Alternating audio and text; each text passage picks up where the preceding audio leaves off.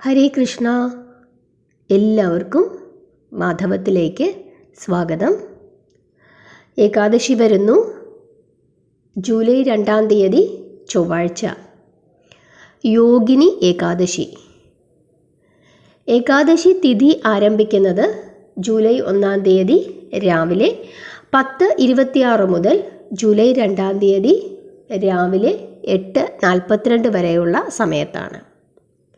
അപ്പോൾ ഏകാദശിയും മഹാദ്വാദശിയും കൂടി ചേർന്ന് വരുന്ന ജൂലൈ 2-ാം തീയതി നമുക്ക് യോഗിനി ഏകാദശിയായിട്ട് ആചരിക്കാം.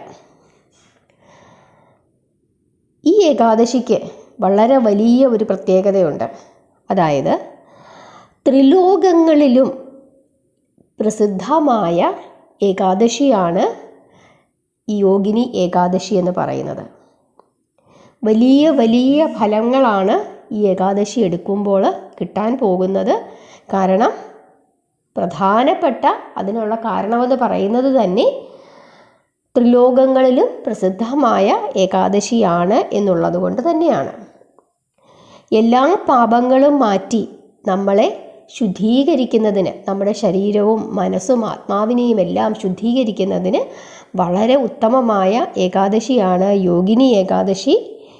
അതുപോലെ തന്നെ സ്വർഗലോകം നമുക്ക് ലഭിക്കുമെന്നാണ് പറയുന്നത്. അപ്പോൾ നമ്മുടെ പാപങ്ങളെല്ലാം മാറി നമ്മൾ ശുദ്ധീകരിക്കപ്പെട്ടാൽ പിന്നെ എവിടെയാണ് നമ്മുടെ സ്ഥാനം? ഭഗവാന്റെ ഹൃദയത്തിലാണ്. എല്ലാ ആഡംബരങ്ങളും നമ്മുടെ ജീവിതത്തിൽ ലഭിക്കുമെന്നാണ് പറയുന്നത്. അതായത് നമുക്ക് എന്തൊക്കെ ആഡംബരങ്ങൾ നഷ്ടപ്പെട്ടു പോയിട്ടുണ്ടോ, അതല്ലെങ്കിൽ എന്തൊക്കെ നമ്മൾ ആഗ്രഹിക്കുന്നുണ്ടോ, അതെല്ലാം തന്നെ നമുക്ക് ലഭിക്കും എന്നാണ് പറയുന്നത്. അതായത് ദുശ്ചിന്തകളല്ല, നല്ല കാര്യങ്ങൾ.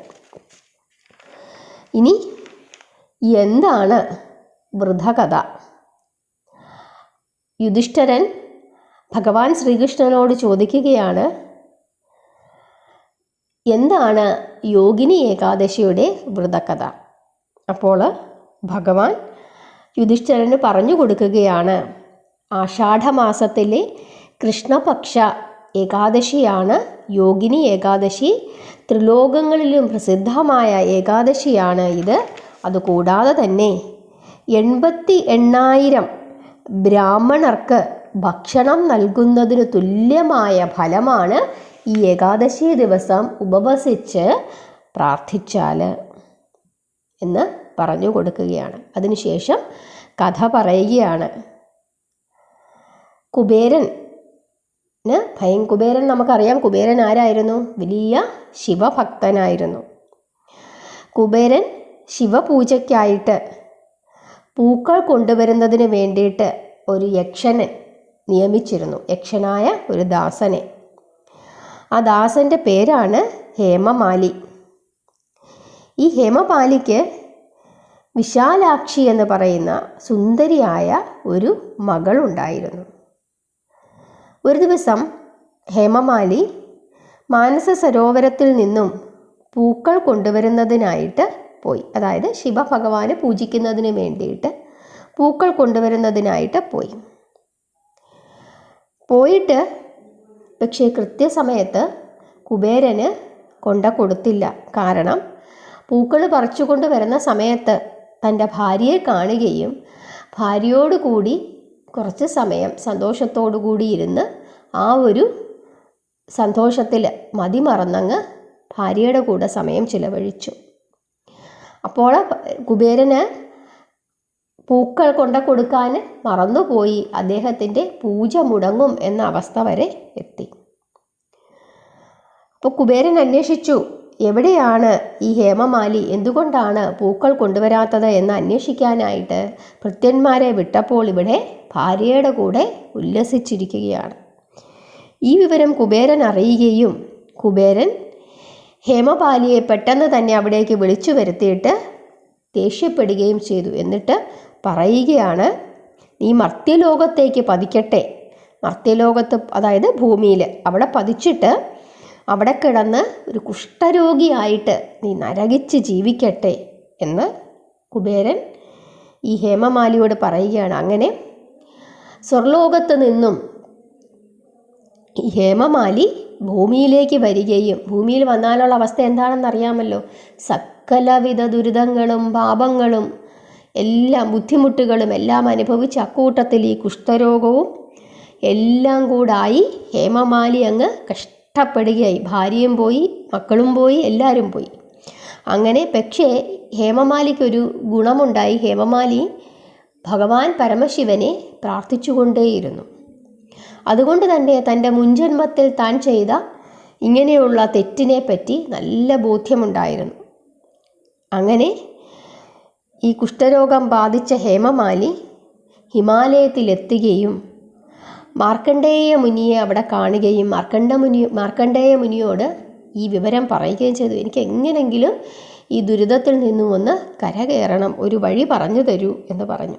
ഉടനെ മാർക്കണ്ഡേയ മുനിയാണ് ഹേമമാലിക്ക് ഉപദേശിച്ചു കൊടുക്കുന്നത്. ആഷാഢമാസത്തിലെ കൃഷ്ണപക്ഷ ഏകാദശിയായ യോഗിനി ഏകാദശി വിധിയാവണ്ണം അനുഷ്ഠിച്ചു കൊള്ളുക. അങ്ങനെ അനുഷ്ഠിച്ചാൽ തിരിച്ച് നിനക്ക് സ്വർലോകം പ്രാപിക്കാം. അതുപോലെ തന്നെ എന്തൊക്കെ ആഡംബരങ്ങളാണോ നിനക്ക് നഷ്ടപ്പെട്ടത് അതൊക്കെ തന്നെ തിരികെ ലഭിക്കുകയും ചെയ്യുമെന്ന് പറഞ്ഞു. അങ്ങനെ ഈ ഹേമമാലി വിധിയാവണ്ണം യോഗിനി ഏകാദശി ആചരിക്കുകയും അദ്ദേഹത്തിന് നഷ്ടപ്പെട്ട സൗഭാഗ്യങ്ങളൊക്കെ തിരികെ ലഭിക്കുകയും മർത്യലോകത്തു നിന്നും സ്വർലോകത്തിലേക്ക് എത്തപ്പെടുകയും ചെയ്തു എന്നാണ് പറയുന്നത്. ഇതാണ് വൃഥ കഥ. ഇനി 2 സ്ഥലങ്ങളിൽ നമ്മൾ സ്ഥിരമായി പറയുന്ന പാരണാസമയം പറയുന്ന 2 സ്ഥലങ്ങളിൽ ശ്രദ്ധിച്ചു കൊള്ളുക. ആ 2 സ്ഥലങ്ങളിലുള്ള ആളുകൾക്ക് ഏകാദശി 2-ാം തീയതി അല്ല, അവർക്ക് ഏകാദശി 1-ാം തീയതിയാണ്. അതുകൊണ്ട് 30-ാം തീയതി അവർ ഒരിക്കലുണ്ട്. 1-ാം തീയതി ഏകാദശി എടുത്ത് 2-ാം തീയതി പാരണ വീടണം. ആ 2 സ്ഥലങ്ങളാണ്, ഒന്ന് അമേരിക്കയും 2 ബ്രിട്ടീഷ് കൊളംബിയ കാനഡ എന്ന് പറഞ്ഞ സ്ഥലം. ഈ 2 സ്ഥലങ്ങളിലും ഏകാദശി 1-ാം തീയതിയാണ് പാരണ വീടേണ്ടത്, 2-ാം തീയതി, 30-ാം തീയതി ഒരിക്കലുണ്ടുക. ബാക്കി നമ്മൾ സ്ഥിരമായി പറയുന്ന സ്ഥലങ്ങളിലെല്ലാം തന്നെ ഏകാദശി 2-ാം തീയതിയാണ്, പാരണ 3-ാം തീയതി. സ്ഥലങ്ങൾ, അതായത് 2-ാം തീയതി ഏകാദശിയായി ആചരിക്കുന്ന സ്ഥലങ്ങൾ കേരള, തമിഴ്നാട്, കർണാടക, തെലുങ്കാന, മധ്യപ്രദേശ്, നമ്മുടെ ഭാരതത്തിലുള്ള സ്ഥലങ്ങൾ, നമ്മൾ സാധാരണയായി പറയുന്ന എല്ലാ സ്ഥലങ്ങളും.